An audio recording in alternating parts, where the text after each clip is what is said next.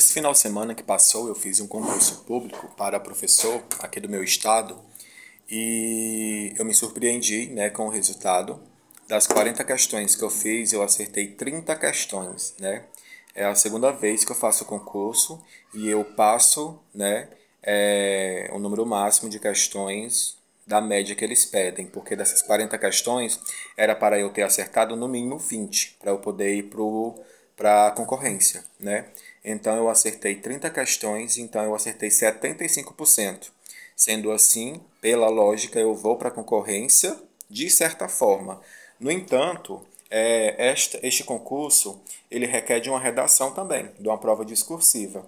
Essa prova discursiva ela veio com 3 temas, né? Veio com a contextualização ali, explicando mais ou menos como que era para ser, sobre o que era para fazer. E em seguida veio 3 temas para você discorrer, né? Para você argumentar um texto argumentativo dissertativo, né, daqueles conteúdos. No caso, tinham 3 temas falando sobre políticas públicas educacionais, né, qual a importância das políticas públicas educacionais para a educação do nosso país. E o tema que eu escolhi foi esse, né? Mas eu tinha que dar um embasamento em algum teórico que tinha uma referência sobre essa temática. Tipo, eu falei sobre as políticas públicas educacionais no olhar, né, na visão de Paulo Freire, né? O que Paulo Freire falava, o que Paulo Freire defendia, né? Qual eram os pontos positivos, negativos, as vantagens, desvantagens das políticas públicas, né? No olhar de Paulo Freire. Então, de início, eu não sabia muito o que fazer, porque, querendo ou não, você fica nervoso, ansioso, né? Eu tinha tomado até o meu anti-ansiedade, que é o fluoxetina. Mas mesmo assim eu estava sem ideias, eu estava sem foco, eu estava sem palavras para poder iniciar minha redação. Não o início, porque o início eu já tinha feito, né, e tal. O início da minha redação foi citada pela primeira vez, citada na Constituição Federal pela primeira vez no ano de 1988, a LDB 9394/96, Lei de Diretrizes e Bases, aí eu falei, né, o que era e tal, e aí comecei. Aí em seguida eu entrei para o desenvolvimento 1, depois para o desenvolvimento 2 e para a conclusão.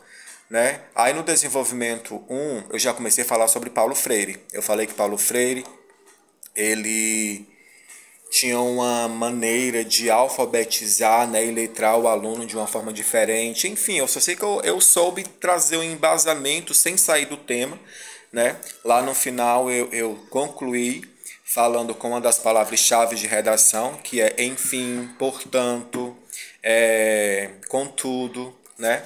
Enfim, são palavras, né, que quem já estudou e quem deu aula de redação sabe que essas palavras são chaves para você iniciar uma conclusão de uma redação, né? Assim, você não podia passar de 30 linhas e não podia ser menos que 20 linhas, né? Se você fizesse 19 linhas e meio, você estava desclassificado. Eu não lembro, gente, eu não vou mentir, eu não lembro quantas laudas não, né? Quantas linhas eu fiz, mas eu acredito que eu fiz mais de 20 linhas, né? Porque eu estava terminando ali e estava mesmo aqui embaixo. Eu estava mesmo aqui embaixo assim, e era uma folha com 30 linhas, então eu acredito que deve ter feito umas 25 linhas, né?